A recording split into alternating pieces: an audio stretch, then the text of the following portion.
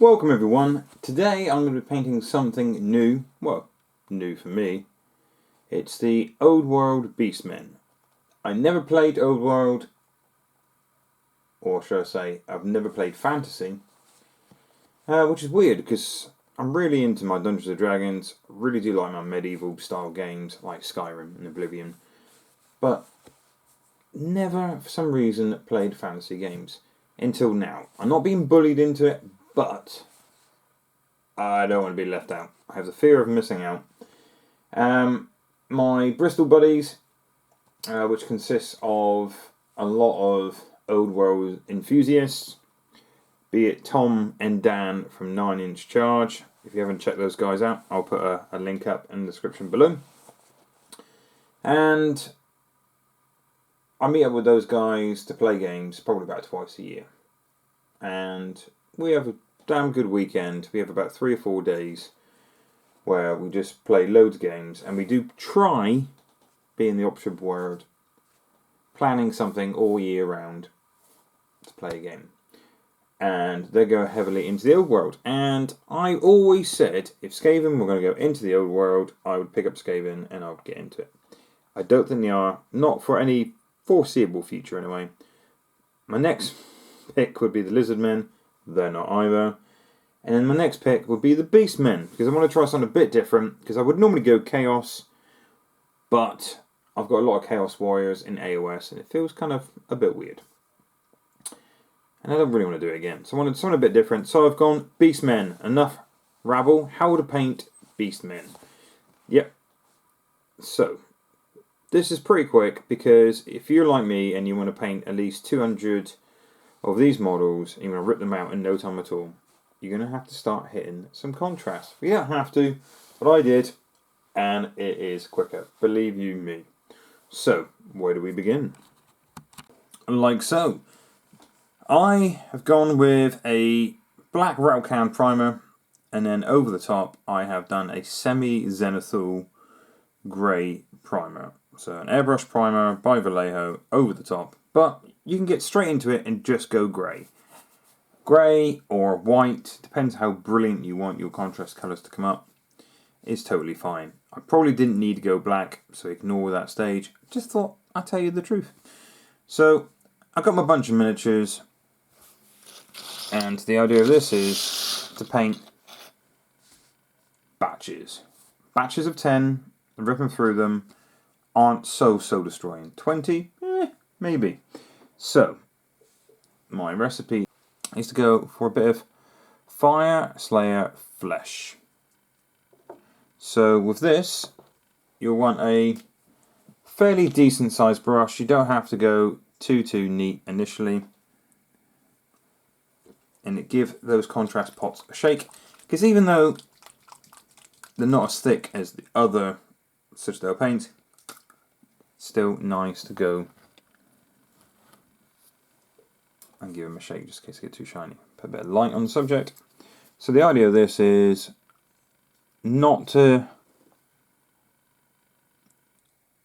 let it pull too much in the recesses, but also not to let it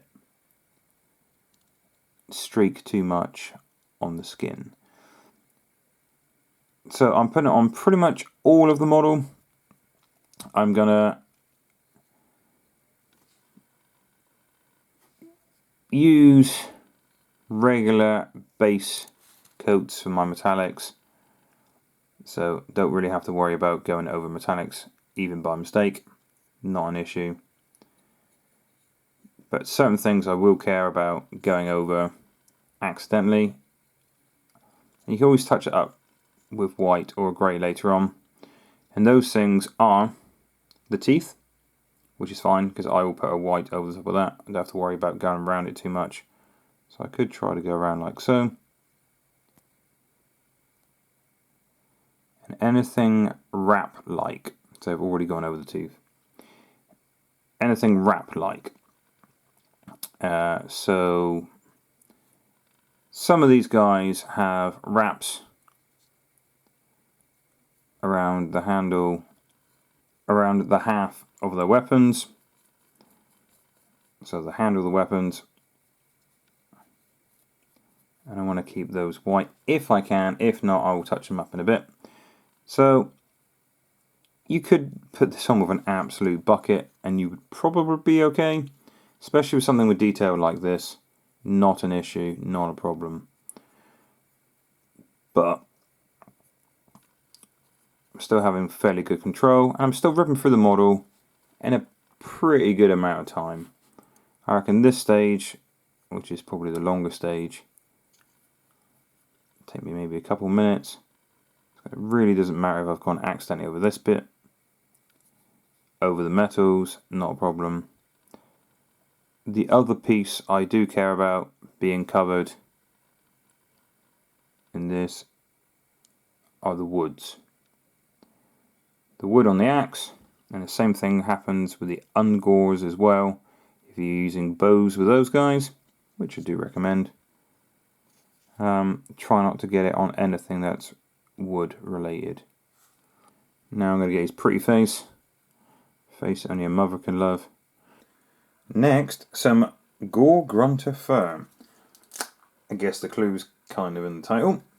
So this is going to be on the upper part of the legs. So the furry trousers. And it's going to be on the lower part of the legs, the furry socks, and it covers really nicely over the previous coat.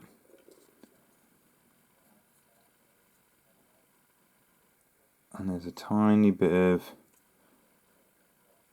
bum fluff around the chin as well. There's generally just a little bit just there, so don't forget that.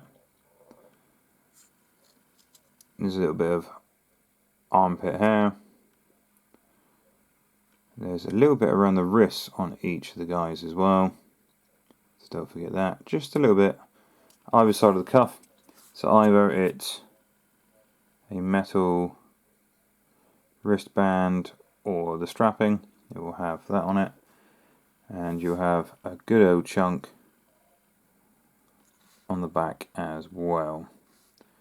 So this is where we're at the moment. So we've got our two different colours so far. It doesn't look all that, but there's a lot of coverage. Already we've covered a good percentage of the model. So next I'm going to go with my metallics. I'm just going to hit it with some dark silver. You can pick whatever dark silver you like. You can even put a bit of lead belcher on. I find that a little bit too bright for what I had in mind. I like Citadel's Iron Warriors. It covers really well. It's quite a dark silver, and then I will eventually put a wash over the silvers to make them look a bit more grubby, because these guys don't look after the weapons, not really. You could rust the weapons up as well, but with the amount of browns going on, it could get a bit cluttered. So a nice clean, at the moment, silver. I will make it a bit dirty with some Agrax later on, and then I will dry brush some bright Storm Host silver. So give the pot a good shake. Got a nice wet palette off camera, and I'm going to cover all the metallics. So by metallics I mean both bladed parts of the weapon. So it covers really, really nicely, especially over white. I will also go over the belly shield, I guess you would call it. It offers no protection. These guys have no armor whatsoever, but they are slightly tougher than the average mortal. So just hit the belly plate as well. Yep, and anything that you think may be metallic on the model as well, like I'm going to say that little hook is going to be metallic. So at the moment I'm not even using a fine detail brush. What's this? This is a Citadel medium at the moment. I'm just being slightly careful. I'm not the most careful of people, but there you go. Later on, when you do a few of the other little tiny trinkets, you can obviously swap out to a slightly smaller brush. But I won't be using anything more than, What's after medium? I think I'm using a small. Not even an extra small. I think the smallest detail I'd pick out would be the black eyes, and that's about it. Because I think goats should have black eyes, as well as black horns, but that's up to you. A few people paint the horns on Beastmen, more of a bone colour, but the fact there is bone on some of these models, on the little trinkets and things like that, could get a little bit lost. I like a nice black hoofy hoof. So the silver is one of the first few paints that I'm going to have that's not a contrast, but the majority of them are, like this one. So speaking of the hoofy hooves, I am going to paint the hooves this colour. So you could use contrast, maybe Black Templars, depending on how dark you want your hooves. But I want them a very, very dark grey, possibly. So Basilic Carmine Grey. So you might want to find, putting this on quite thick, you want 2 coats this contrast, but I would recommend obviously putting 1 on, because you can't put 2 on at the same time, and see what you think. You might want to go a little bit lighter, but we will be dry brushing later on anyway. So at the moment it's covering pretty well. And like I said, I'm not being massively neat at the moment. So that's the hooves done. And then I'm going to do the horns, obviously. There's some cloth at the base of the horn, so I'm not really going to worry too much about that because I'll be painting that in a bit. Like I said, just real fast, ripping through these in no time. So it didn't take me any time at all to do those. Like I said, see what it dries like. Add to taste. Starting to look a bit more like a Beastman now. So yeah, the nearly black hooves look quite good with 2 coats, but it's, like I said, it's totally up to you how dark you want to go with it. Everything will be dry brushed at the end, so we'll be bringing up all the little bits of detail with a dry brush on the hooves. But next I go for the spot colour. So the spot colour is going to be the strip of cloth between their legs. So purple goes really nicely with the browns, but I've always been a stickler for reds because painting Blood Angels since about 95, I do like myself a good Mephiston red. It covers really, really well. It is a very rich colour, and it won't stay this way. It will get a bit of a wash. So I'm going to use my wet palette. Just off camera here, and I'm going to paint the cloth between the legs. So you all have a piece of cloth,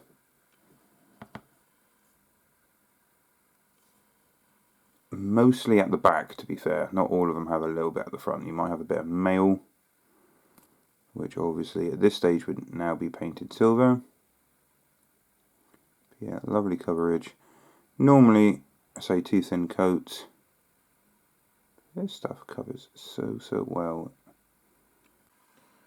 Okay, so that red's looking quite nice. So the next colour is going to be another contrast, this time Wild Wood. So don't worry, I'll put up in the description below what I'm using, so it's just easier to have a little list if you want to copy. So Wild Wood, funny enough, you can probably guess where this is going, on the wood. So the bit between the wraps, you can be neat if you want and do it like that, or you can just literally put it all over the weapon and then fill in the actual wraps later on. I'm going to be semi-neat with this if I can, just filling in the little gaps between the wraps, like so. Wild Wood is so nice, it really does look like wood.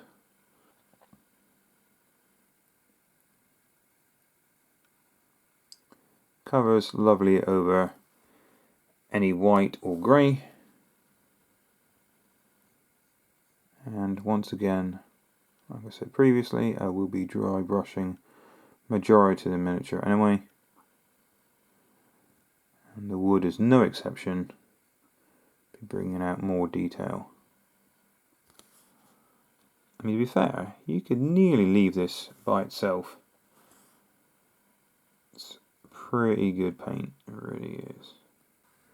So there's not many things that are left now that are unpainted. So the next thing is anything strap related. Give it a good old shake.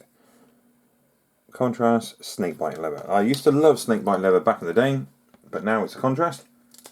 It's also pretty good. Slightly differently from the original recipe colour, I would imagine. But, yeah, very good coverage. So, just a little bit there. So I'm going to use it on all the strapping.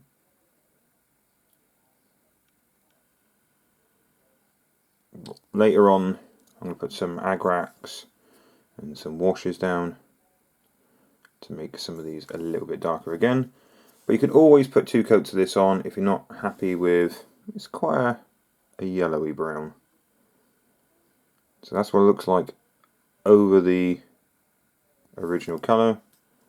It also looks brilliant over white. Not bad. And there's some white around the handle here. It's got some strapping so it doesn't lose grip of his axe.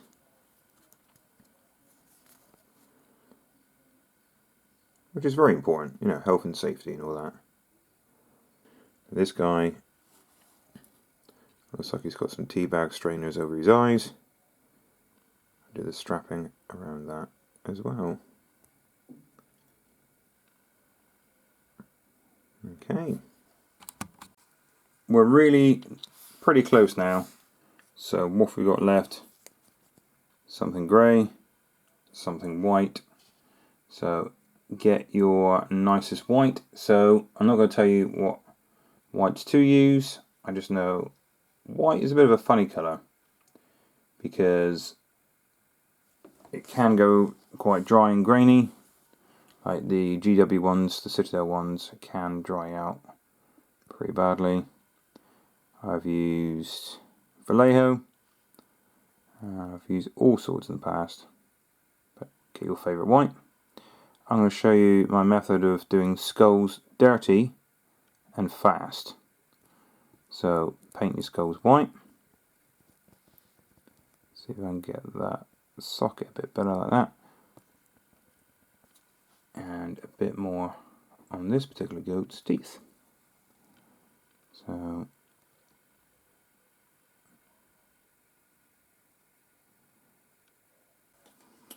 okay, so just going to put some good old agrax on some skulls. So like I said, not here to win golden demons, just rip through like 10 to 20 of these cores. And like I said, this is a very dirty and quick way of painting skulls.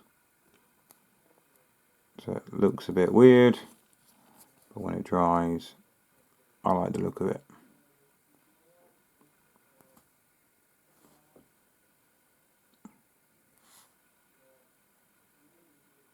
There we go. And don't forget the teeth. Put some in the mouth as well. Maybe wick a little bit away from the teeth. Does look like he'll be in a licorice house. Okay. And then what I also like to do is have a little bit of watered down agrax or thinned out with a bit of medium and just put on the weapons as well. So making those blades a little bit grubby. And you can put it on as heavy as you like, so you could really get a real dirty blade if you want to. Yeah, your dirty blade.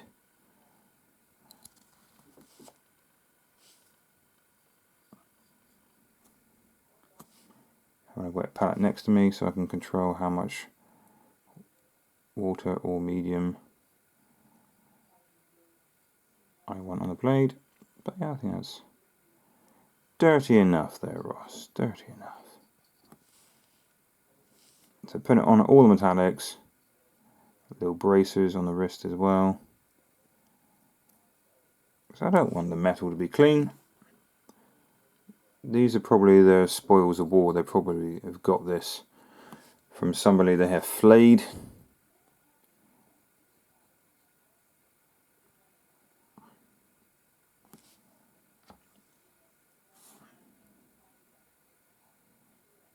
Adding a bit more. Wasn't quite happy with the level of dirt.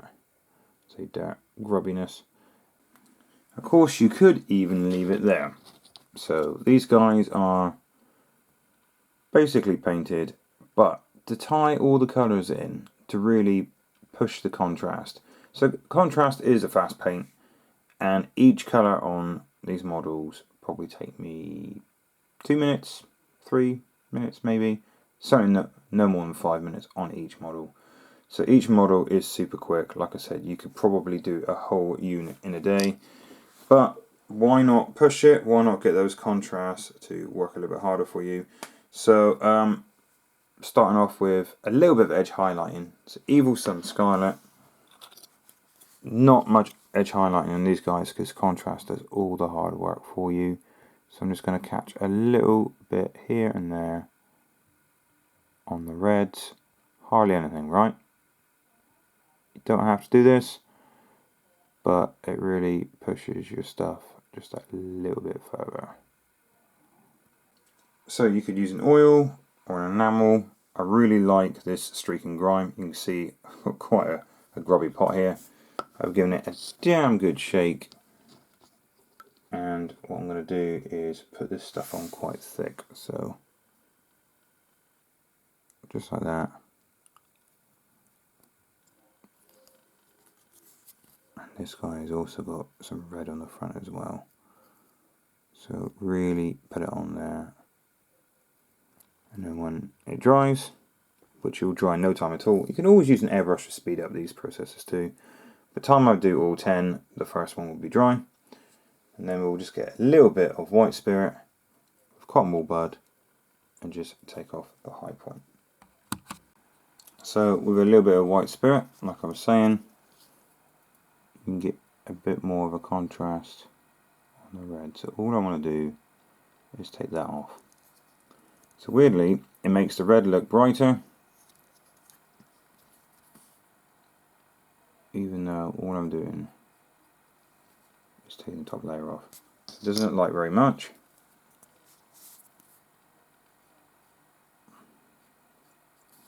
but I think it makes a difference. I think it pops a little bit more. What do you think?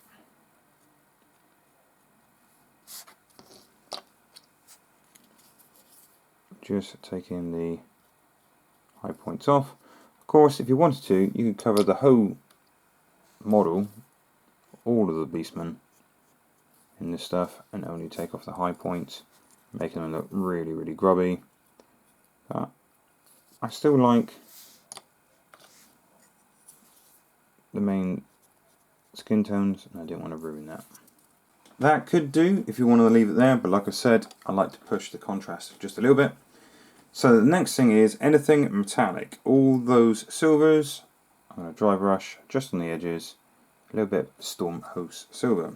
So I'm getting a older brush, a quite fluffy brush, putting a little bit of this Storm Host silver on some kitchen paper. Like I said, this is a very cheap method. You don't have to buy any dry brushes if you don't want to. Case in point, I'm just using an old brush.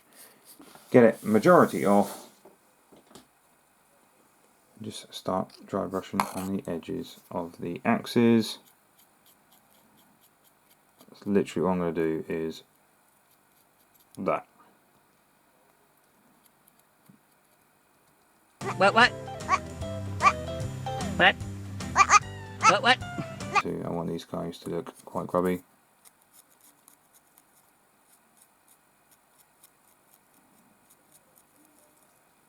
Just like that. And this is all the dry brushing is. It's just adding a little something. Now it will take seconds per model. especially if you've done a few units of these. So for the greys and blacks, Orth 1 grey, just give that a bit of a dry brush. So the greys and blacks, not that many on the model, so just be a bit careful where you put it. So mainly on the horns, and I'm just going to go on the very edges of the horns to bring them out a bit more. So what I mean by that is literally just that. No more. Just to catch that. Test on the base. A little bit on the front of the hooves. That's it. Like I said, this stage, totally optional. I think it adds something to it. If you're only going to use one dry brush on these models, use Shanty Bone. Thoroughly recommend it because it brings all of the furs together, and a little bit on the face there, a bit on the chest. It just gives a tiny bit of detail and blends all of it in together. So the furs, the skin, the flesh should blend very slightly all in together.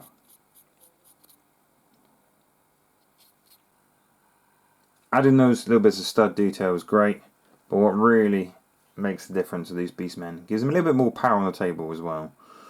Bit of Emperor's Children, thin it out very slightly, and add the nips, baby. Oh yeah, just a little bit there, just to thin it out just very slightly. Beastman nips. You're welcome. So yeah, you can add little bits of detail here and there if you've got the time, because you are ripping out quite a few Beastmen in one day if you're really going to do it. But yeah, nips. Alright, I'll take some pictures. So there you have it. Now they're complete with their bases. I'll do a video on how I do my old world bases another day. So I like to keep it an old world, old school theme. So with a green rim on the base, but with a slightly modern twist. Not just dip it in PVA glue and static grass, which is totally fine, but I just wanted to bring it up slightly to a bit more modern times. But yeah, like I was saying, rinse and repeat all the time, all the way through this project is these guys, you can do them in a day. Contrast paint is amazing. It is built for these guys. I wouldn't necessarily put it on a Space Marine with big flat armor, but that's just me. I have sponged a bit of blood here and there on some of the blades. I use a little bit of blood for the blood god. Add to taste. You can get these guys absolutely drenched in blood if you want to. But yeah, very happy with these guys. Like I said, it's not Golden Demon winning standard. Look at them closely individually. They're just okay. But units of 20, marching across, rank and file on the table. These guys, I think they look really nice. Thank you for watching. Hopefully you enjoyed this video. If you do, please hit the like button and subscribe for some more great hobby content. But for those out there who have been in Beastmen for a very long time, like I said, I'm very new to this. This is my first overworld project. Definitely first for Beastmen for me. So any recommendations, I'm all ears. Thank you very much, guys. Catch you in the next video.